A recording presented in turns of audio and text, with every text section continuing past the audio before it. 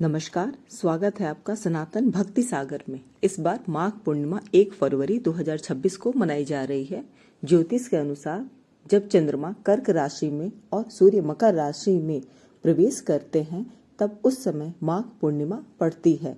ज्योतिष के अनुसार इस दिन किया गया स्नान और दान विशेष फल देता है।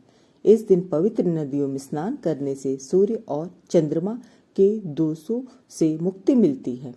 माघ पूर्णिमा के दिन भगवान विष्णु, माता लक्ष्मी जी और चंद्रदेव की पूजा का विशेष महत्व है। माघ पूर्णिमा के दिन उपवास रखना चाहिए और सत्यनारायण भगवान की कथा का श्रवण करना चाहिए। ऐसी मान्यता है कि इस दिन गंगा स्नान और दान करने से व्यक्ति को जीवन के समस्त पापों से छुटकारा मिलता है।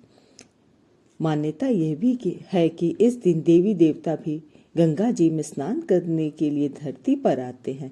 ये तो था माघ पूर्णिमा का महत्व। अब माघ पूर्णिमा के दिन क्या करें?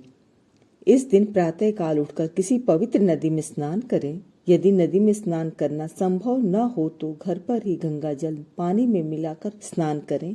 इस दिन पीले या सफेद रंग के वस्त्र को धारण करें।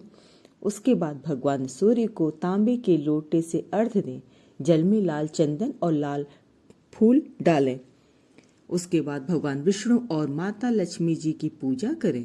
सत्यनारायण व्रत की कथा सुने और यदि संभव हो सके तो विष्णु सहस्त्र नाम का पाठ भी करें।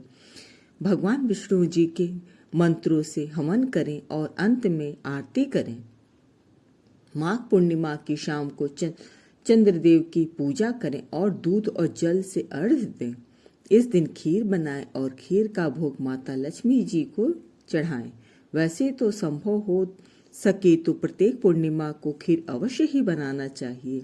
एक बात का विशेष ध्यान रखना चाहिए कि इस दिन काले रंग के वस्त्र न पहने।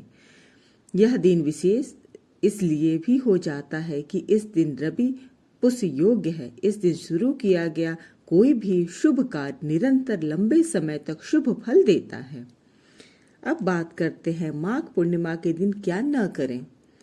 इस दिन में न सोएं, काले वस्त्र न पहने, बाल और नाखून न काटें, तुलसी जी के पत्तों को न तोड़ें, किसी की निंदा बिल्कुल न करें, लड़ाई झगड़ा और किसी का अपमान न करें। माघ पूर्णिमा पर किन चीजों का दान करना चाहिए?